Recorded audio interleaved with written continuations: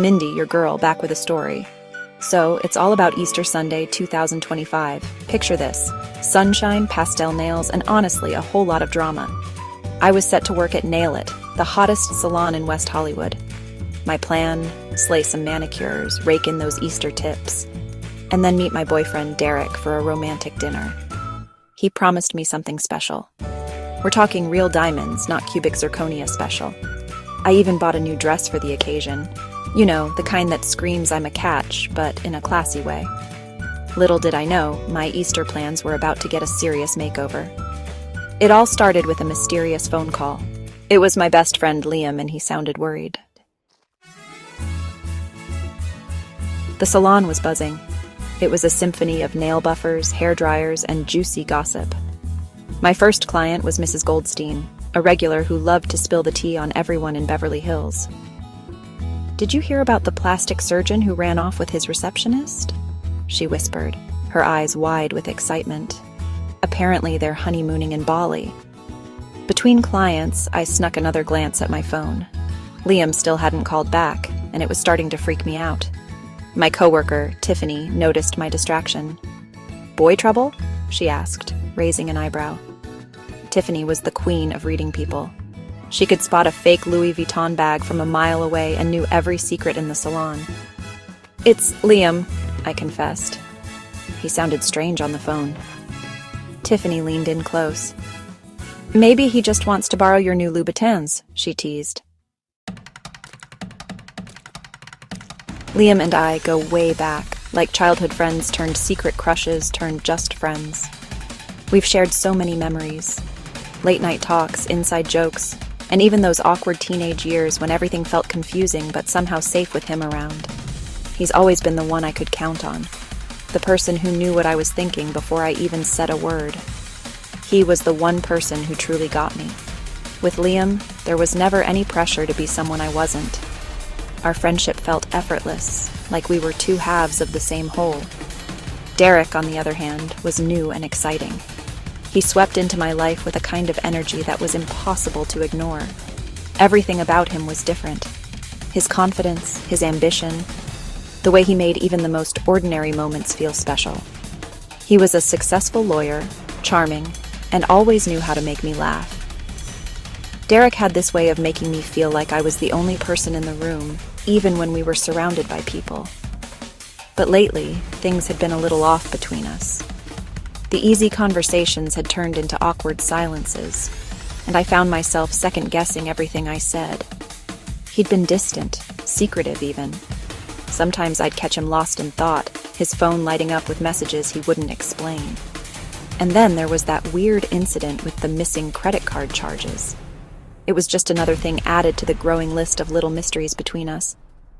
Just as I was about to call Liam again, hoping for some comfort or maybe just a distraction, Derek walked into the salon. He was holding a bouquet of red roses, my favorite. The sight of him standing there, flowers in hand, caught me completely off guard. "Happy Easter, beautiful," he said, kissing me on the cheek. "These are for you." His words were sweet, and for a moment I wanted to believe everything was perfect again. I tried to act surprised, but honestly, part of me was more relieved that he'd actually showed up than excited about the flowers. It was like I'd been holding my breath, waiting for a sign that things could go back to how they were. "You shouldn't have," I said, my voice a little higher than usual. Deep down, I wondered if I was just pretending, hoping that a bouquet of roses could fix what was really wrong. The rest of the day was honestly just a blur of manicures and pedicures, the steady hum of dryers, and the faint scent of polish filling the air. I moved from client to client, my hands working almost automatically, but my mind was somewhere else entirely. Every so often I'd catch myself staring out the window, wondering if I'd ever get used to days like this, so busy yet so strangely empty. And you know, those awkward conversations with Derek. He seemed distracted, barely making eye contact, constantly checking his phone as if he was waiting for some urgent message. It was like he was there, but not really present, and every time I tried to ask what was wrong, he'd just brush it off with a half-hearted smile. He kept making excuses to step outside, saying he needed some air or had to take a call, I couldn't shake the feeling that something was off, that there was something he wasn't telling me. Finally, after what felt like the longest shift ever, I said goodbye to Tiffany, grabbed my things, and tried to steady my nerves for whatever was coming next. Outside, the sun was starting to set, casting long shadows across the parking lot. Derek was waiting for me, leaning against his silver BMW, looking more tense than I'd ever seen him. He barely glanced up as I approached, his jaw clenched, eyes darting nervously. There was a look of deep concern on his face. "What's wrong?" I asked, my heart pounding in my chest. He took a deep breath, hesitated, and finally said, "We need to talk. It's about the apartment." Instantly, my stomach dropped. The apartment was our happy place, the one thing that felt stable in our lives. "The one we'd picked out together," I whispered, barely able to get the words out. "What about it?" He looked away, avoiding my gaze, and said, "There's been a bit of a complication. It seems there's been a foreclosure." Foreclosure? The word echoed in my mind, impossible to process. How was that even possible? Everything we'd built together suddenly felt like it was slipping through my fingers. Derek explained that he'd invested our savings in a surefire real estate deal, one that had gone horribly wrong. He was being sued, and they were taking everything.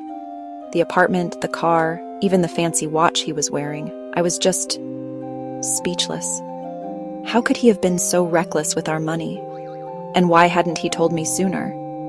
As I scrolled through my own bank account, my blood ran cold. It was empty, completely drained. And then it hit me. The missing credit card charges, the secretive phone calls, the sudden foreclosure. It wasn't a bad investment. It was Liam. He'd been stealing from me all along. But why? I confronted Liam that night, my heart pounding with anxiety. He didn't even try to deny it. He admitted to everything, his voice barely above a whisper. The stolen money, the lies, the manipulation. He confessed it all. But his reason? It was even more twisted than I could have ever imagined. He'd been in love with me for years, hiding it all this time. And he knew about Derek's gambling problem, every secret I thought was safe. He thought that if he could just get rid of Derek from my life, he'd finally have a chance with me, or so he believed. "It was for you," he said, his voice cracking with emotion. "I wanted to protect you from him," he insisted, eyes pleading. I couldn't believe what I was hearing. He'd ruined my life, all in the name of some misguided, desperate attempt at love. I walked out on Liam that night, disgusted and heartbroken. The city lights blurred through my tears as I tried to make sense of everything that had just happened. My heart felt heavy, and every step away from that building felt like I was leaving behind a version of myself I no longer recognized. I couldn't believe I'd been so wrong about both of them. The betrayal stung deeper than I ever imagined it could. I replayed every conversation, every laugh, every secret shared, wondering how I missed the signs. It was as if my whole world had been built on lies, and now the foundation had crumbled beneath me. The guy I thought I loved was a fraud, and my best friend was a thief. It was almost too much to process. I felt like I was caught in some twisted drama, except this was my real life, and there was no script to follow. The trust I had in them was shattered, leaving me feeling exposed and foolish. As I stood on the sidewalk watching Liam drive away, I realized something. In that moment, with the night air cold against my skin, I understood that I had been searching for happiness in all the wrong places. Maybe I was so desperate to feel loved that I ignored the warning signs, convincing myself that things would work out. There was a part of me that had always known Derek wasn't right for me. Deep down, I sensed the disconnect, the little lies, the way he never quite met my gaze. But I pushed those doubts aside, afraid to face the truth and what it might mean for my future. And maybe, just maybe, I'd been holding on to Liam for all the wrong reasons too. Was it comfort? Was it fear of being alone? I wasn't sure anymore, but I knew I needed to stop letting other people define my worth and start figuring out who I really was. The next day, I went back to the salon. The familiar scent of polish and the hum of dryers felt grounding, almost like a reset button for my soul. I needed the routine, the normalcy, and the chance to rebuild from the ground up. It was time to pick up the pieces of my life. I started small, sweeping the floor, organizing bottles, reminding myself that every little step forward mattered. I was determined to create a life I could be proud of, one honest moment at a time. I had a new appreciation for honesty, hard work, and the importance of a good credit score. No more shortcuts, no more trusting the wrong people. I wanted to build something real, something lasting, even if it meant starting from scratch. And who knows? Maybe one day I'd find a love that didn't involve stolen money or secret plots. Maybe I'd meet someone who valued me for who I was, not for what I could give or what I could hide. For now, hope was enough. But for now, I was focusing on myself, my career, and maybe a really great sale on Louboutins. Because sometimes, a new pair of shoes is the perfect reminder that you can always take a step in a new direction. Because, hey, a girl's gotta have her priorities.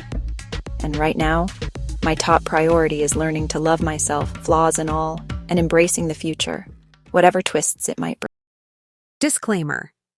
The crime stories shared on this channel are fictional and created purely for entertainment purposes. Viewer discretion is advised, as the themes may still include sensitive or suspenseful content. Watch as I bring you thrilling tales well. Thanks for watching. If you're new here, don't forget to hit that like button, subscribe, and tap the bell so you never miss an upload.